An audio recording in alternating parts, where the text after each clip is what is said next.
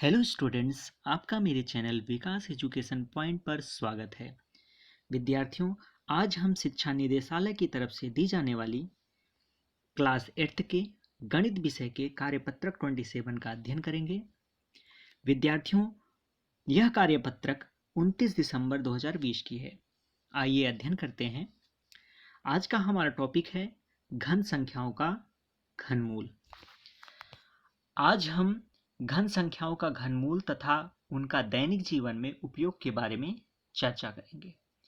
सबसे पहले घनमूल का अर्थ समझते हैं। घनमूल का गणितीय रूप ये है बच्चों, घनमूल जिसका शाब्दिक अर्थ है घन का मूल। घन संख्या जिस संख्या से प्राप्त होती है। मुख्य रूप से घनमूल निकालना संख्याओं के घन निकालने का विपरीत विधि है। जैसे 4 का घन 64 होता है, अर्थात 64 का घनमूल 4 है। 4 क्यूब इज इक्वल टू 64, मतलब 4 घात 3 बराबर होगा 64 के।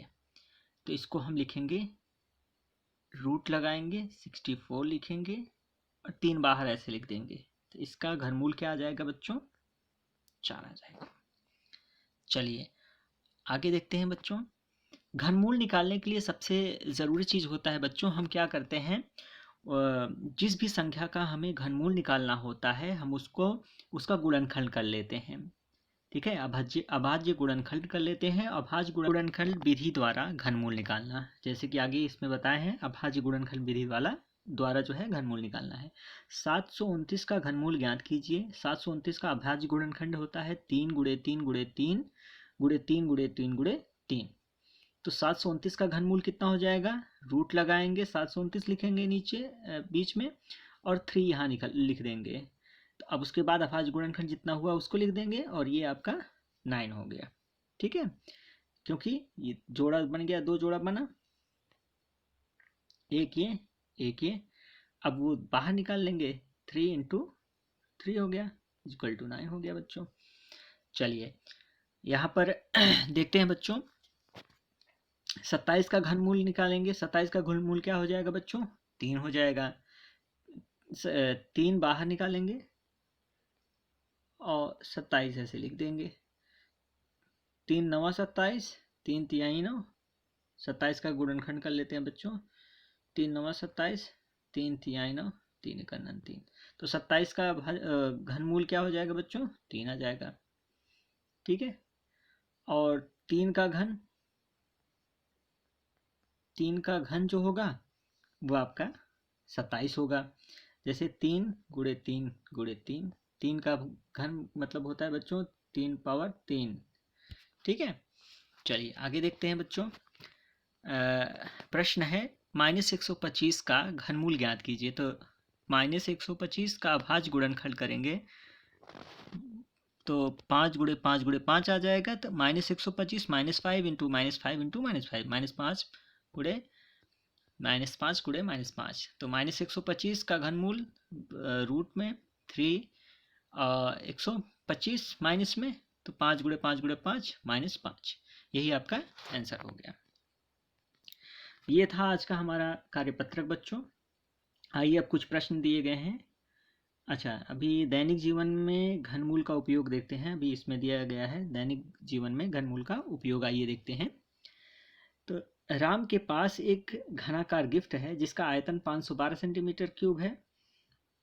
वह इस गिफ्ट की भुजा की लंबाई बिना भुजा को माप हुए ज्ञात करना चाहता है।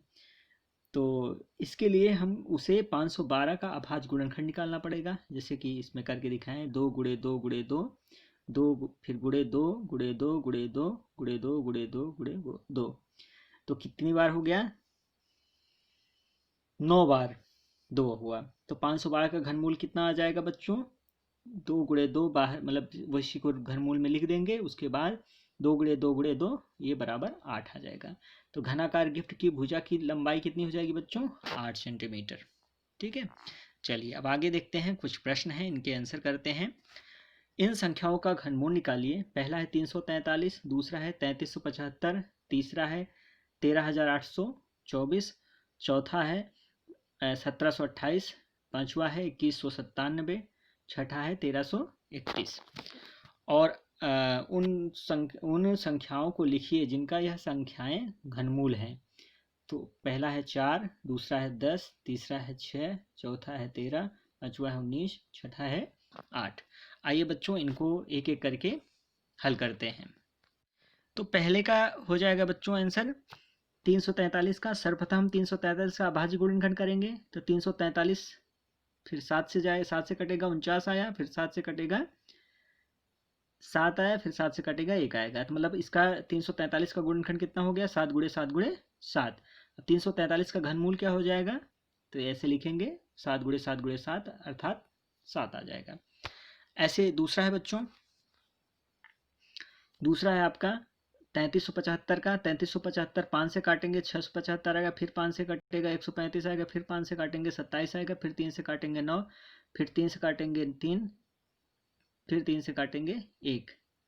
ठीक है, तो क्या हो जाएगा इसका गुणनखंड बच्चों? 5 गुणे 5 गुणे 5, 3 गुणे 3 गुणे 3 गुणे 3। तो 3 बार 5 है, 3 बार 3 है। तो इसका घनमूल निकालेंगे तो ऐसे लिखेंगे, और 5 गुणे 3 15 आ जाएगा इसका घनमूल।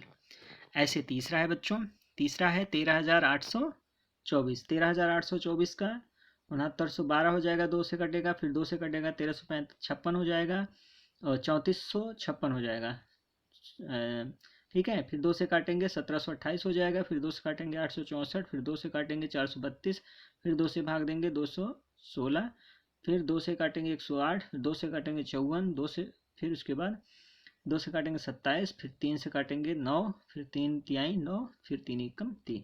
तो ये हो जाएगा बच्चों 2 गुणे 2 गुणे 2 गुणे 2 गुणे 2 गुणे 2 गुणे 2 गुणे 2 गुणे 2। ठीक है, तो 9 बार तो 2 हो जाएगा, और 3 बार 3 हो जाएगा। ठीक है, इसको घनमूल में निकालने के लिए हम ऐसे घर में लिख लेंगे। उसके बाद 2 गुणे 2 गुणे 2 गुणे 3, तो 24 आ जाएगा इसका घनमूल। ऐसे ही बच्चों आपको चौथा करना है 1728 का। 1728 का जब 2 से काटेंगे तो 864, फिर 2 से काटेंगे 432, फिर 2 से काटेंगे तो 216, फिर 2 से काटेंगे 108, 2 से काटेंगे 154, फिर 3 से काटेंगे 27, फिर हाँ, फिर 3 से 3 9 27, फिर 3 3 9, 3 कम 3, तो 3 से कट गया। अब इसका आ जाएगा 2 गुणे 2 गुणे 2 गुणे 2 गुणे 2 गुणे 2, मतलब 6 बार 2 हो जाएगा, 3 बार 3 हो जाएगा। तो इसका जब घनमूल निकालेंगे बच्चों तो हो जाएगा 2 गुणे 2 गुणे 3, तो 12 आ जाएगा इसका आंसर।